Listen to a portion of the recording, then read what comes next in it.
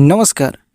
ओडिशार प्रसिद्ध संबलपुरी कॉमेडियन जगेश जजों संपत्ति एवं परिवार जीवन विषय जानिले आपण माने मध्य आश्चर्य होइजिबे। तेबे गरीबरू सुपरस्टार हेबार पूरा कहानी कौन थिला आसंतु टिके जानिबा।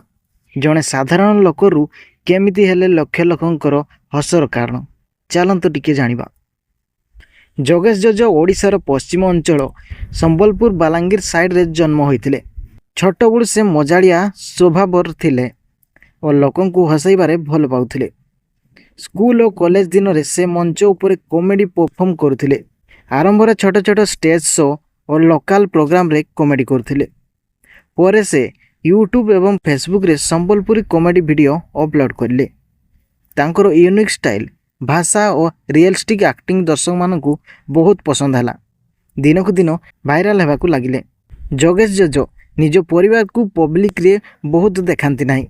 से मिडिल क्लास फैमिली रु बिलोंग करती। माँ बापा साधारण जीवन व्यतीत करती।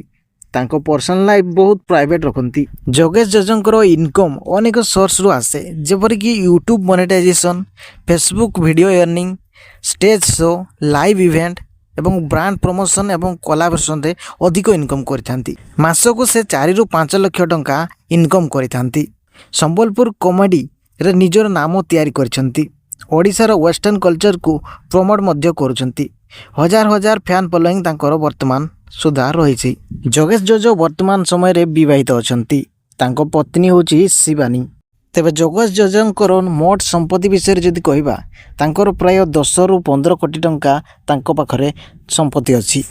तेबे आपण भी जदि जगेश जजों फैन संबलपुर कॉमेडी पसंद आसते वीडियो लाइक करने सहित चैनल सब्सक्राइब निश्चय करंतु।